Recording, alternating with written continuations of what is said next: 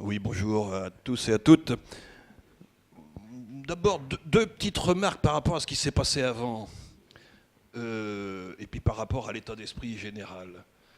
Je trouve que dès qu'on commence à parler dans ce pays, c'est-à-dire que dans le débat public, des questions de santé et de protection sociale, ça devient très rapidement, très rapidement, objet de, allez, disons-le, de conflits. Et de conflits assez serrés, duquel il est extrêmement rare que nous trouvions, disons-le clairement entre nous, les bons compromis. Je ferai une deuxième remarque tout à l'heure par rapport à ce qui vient de se passer. Le médecin généraliste, excusez-moi, je ne connais pas votre nom, qui est intervenu en réponse à Mme Dormont, j'ai eu l'impression qu'à un moment donné, vous disiez à peu près la même chose, mais qu'au fond, vous vous êtes quand même parlé en vous opposant. Donc, objectivement, je pense que dans ce pays, enfin, je prends ça comme exemple, hein, mais j'ai l'impression que dans ce pays, le jeu d'acteur n'est pas à la hauteur de ce qui devrait être. Je pense que quand on s'exprime les uns et les autres, enfin, j'ai entendu le propos de M. Gasser introductif tout à l'heure. Sur beaucoup de points, on emploie à peu près les mêmes mots. On dit à peu près les mêmes choses. J'ai même tendance à penser qu'on viserait à peu près les mêmes objectifs. Le sentiment que j'ai, c'est que pour autant, on ne trouve pas toujours ou suffisamment les bons compromis. Et pour qu'il y ait les bons compromis, il faut qu'il y ait le bon jeu d'acteurs. Et là, je pense qu'on est vraiment dans ce pays en difficulté. Alors maintenant, pour revenir à des choses plus comme celles qui ont été, pour lesquelles je suis interpellé, d'ailleurs je me suis demandé pourquoi je pouvais participer à cette table ronde et pourquoi une mutuelle comme celle que je préside pouvait être intéressante. D'abord, une mutuelle comme celle que je préside, c'est une mutuelle qui offre, qui propose, qui décide des garanties, qui tarifie ces garanties et qui les met, c'est moi l'expression, sur le marché. La mutuelle, une mutuelle comme la nôtre, a aussi comme ambition de non seulement mettre des garanties disons, sur le marché avec des tarifications, mais aussi d'avoir la prétention d'être opérateur direct sur l'offre de soins, de deux façons. La première façon, par des systèmes de conventionnement que nous développons avec un certain nombre de professionnels de santé, qui est un axe que vraisemblablement qui se développera, qui d'ailleurs, soit dit en passant, a fait l'objet là aussi d'un conflit quand même assez cinglant. Et puis l'autre fonction, c'est d'être soi-même producteur de soins ou producteur de services. Donc notre groupe est un acteur qui intervient dans différents domaines, dans 3 domaines majeurs, le sanitaire, le médico-social et toutes les problématiques d'accompagnement du vieillissement, les politiques de handicap, etc. et j'en passe. Et puis, nous sommes aussi, bien entendu, distributeurs de biens médicaux. Mais pour revenir plus précisément à notre posture dans le monde sanitaire, il se trouve, je suis un des acteurs, avec M. Lemoine qui est ici d'ailleurs, je suis un des acteurs à avoir développé notre implication en tant que mutuelle dans le domaine sanitaire, puisque aujourd'hui, la société que nous avons créée au niveau Bretagne-Pays de Loire gère à peu près près de 2000 lits, hein, ce qui est quand même pas tout à fait neutre. Et donc nous avons, alors avec des expériences très diverses, puisque nous avons des établissements dans lesquels nous gérons 2 types de statuts de médecins, un statut salarié et un statut libéral.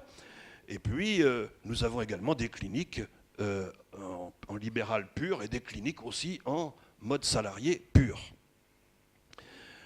Comme quoi, vous savez, un opérateur... Alors, nous pouvons le faire, je dirais, parce que c'est nous.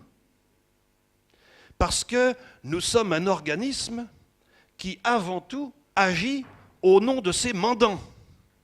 c'est-à-dire au nom de ses adhérents et au nom de ses patients. Et donc, ce qui nous autorise à être sur les deux champs d'intervention, à la fois le libéral et à la fois le plus réglementé, que vous connaissez, que sont les ESPIC. Quel est notre... comment dire, pour moi qui suis président de la mutuelle, représentant 4 500 000 personnes protégées, quel est l'intérêt de participer à une action de cette nature? Eh bien, je constate que l'offre privée hospitalière est en difficulté. Elle est en difficulté, pourquoi? Parce que assez naturellement, les professionnels de santé ont estimé à un moment donné que continuer à être gestionnaire n'était pas la meilleure solution, que d'autre part, c'est un secteur qui demande beaucoup d'investissement, et que, ma foi, il fallait trouver d'autres investisseurs. Donc un certain nombre d'investisseurs sont venus sur ce marché, mais sont en train de repartir. Nous-mêmes, on a au moins une caractéristique, c'est qu'on a les pieds dans le terrain. C'est des personnes précises, des gens qui nous mandatent pour faire ça, nos adhérents, et que nous estimons qu'il est nécessaire d'avoir une offre hospitalière, appelons-la privée si vous voulez, même si je ne m'y réfère pas automatiquement, mais appelons-la privée si vous voulez, qui soit une offre régulée, au tarif maîtrisé, rassemblant les compétences. Voilà. Donc c'est ce choix que nous avons fait d'intervenir dans le domaine. Alors, pouvons-nous faire plus et mieux? Oui, toujours, bien entendu. Mais clairement, nous n'avons pas de perspective d'être, je dirais, acteurs monopolistiques dans le domaine de l'hospitalisation privée. Et ce sera un peu ma conclusion. Nous estimons avoir une posture que je qualifierais un peu de témoin au nom de valeurs et en tentant de faire en sorte que ces valeurs s'incarnent dans la réalité. Voilà quelle est notre perspective, notre modeste perspective. Merci Joseph Degnaud. Je vais poser une première question au nom de Luc Duquesnel, mais ça va le surprendre un peu. Est-ce que demain, Harmonie Mutuelle pourrait financer des maisons pluridisciplinaires de santé? Alors, qu'est-ce que ça veut dire? Parce qu'il y a les murs. Non mais attendez, qu'est-ce qu'il faut payer?